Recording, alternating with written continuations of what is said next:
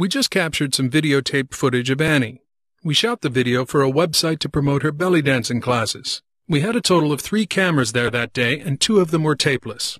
While Final Cut's log and transfer window can ingest footage from several kinds of memory, we're going to work with P2 cards recorded by a Panasonic Vericam. Let's start by creating a new bin for our footage.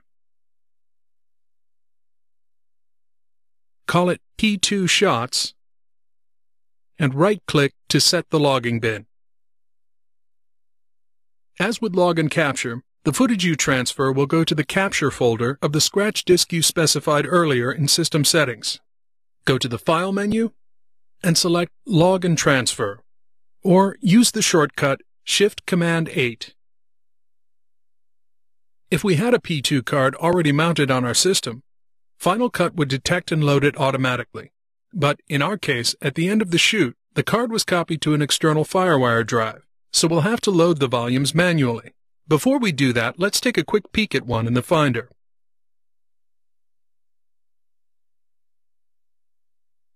If you open the audio or video folders of a P2 clip, you won't find the usual AIF or MOV files we're used to seeing in Final Cut Pro.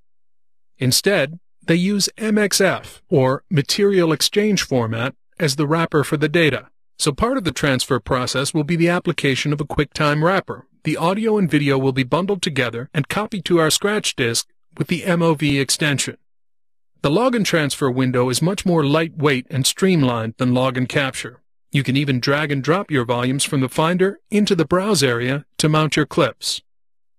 Or, instead of drag and drop, hit the Add Volume button.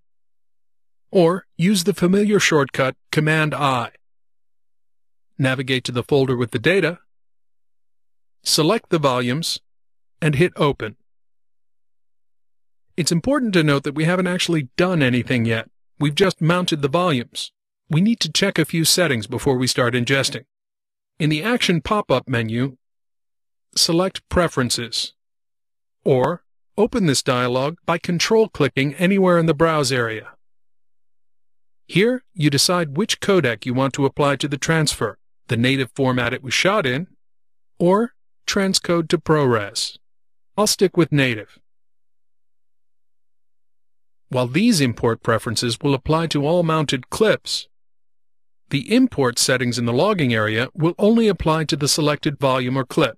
Similar to the Clip Settings tab in the Log and Capture window, this lets you specify whether you want to capture audio only, video only, or both, and lets you enable or disable any of the 4 available audio tracks and toggle them as either separate mono or group stereo tracks.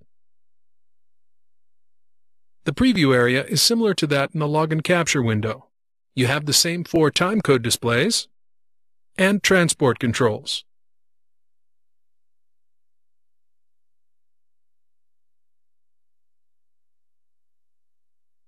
But here, because the clip is already digitized, the scrubber bar is available just like it is in the viewer.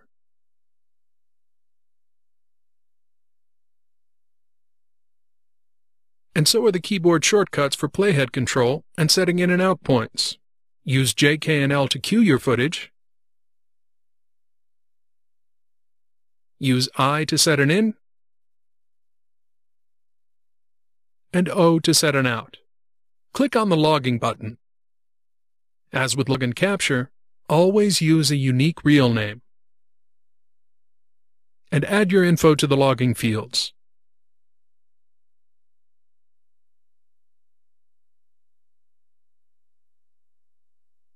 Then, either hit the Add Clip to Queue button or drag the clip from the preview area into the queue. If the transfer doesn't begin immediately, you can hit the Toggle Queue State button. You can either set it to capture a clip as soon as it's added to the queue, or to wait until you have all your logged clips queued up and ready to go.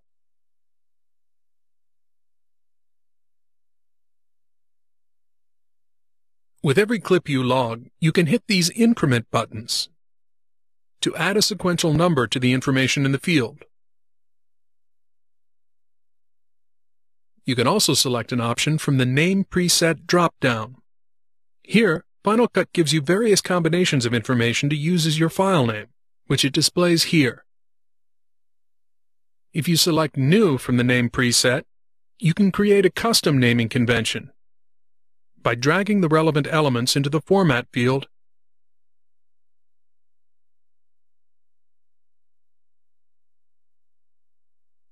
and clicking OK. In the Browse area, notice the half moon beside our clip. This is the media map, indicating that only a portion of this clip has been transferred to our scratch disk. That's because we set in and out points. You can transfer an entire clip by selecting it in the Browse area and clicking Add Selection to Queue. If you're really in a hurry, you can hit the Automatic Transfer button, and everything in the Browse area will begin to transfer as soon as it's added and recognized by Final Cut Pro. Close the Log and Transfer window, and we see our clips in the browser with our chosen file name conventions. Log and Transfer is much easier than Log and Capture once you get used to it, but there is a downside. Memory cards are expensive, and there's always a rush to erase them quickly so they can be reused, and once you do, the footage is gone. There's no magnetic tape stuck in a drawer somewhere as a backup, so you should always transfer your cards to a RAID, configured RAID 1 for security. Or, if you only have the budget for a solo FireWire drive for your scratch disk, buy a USB drive with the same capacity, and do a conventional backup whenever you add new media. The same goes for transfers done on the set. It doesn't matter who's tapping their foot and looking at their watch. Don't give that card back until it's been copied to a RAID or to 2 independent drives. Enough paranoia. You've learned how to configure your system, you know the basics of how the interface works, and you've learned how to get your footage into Final Cut Pro. It's time to start editing.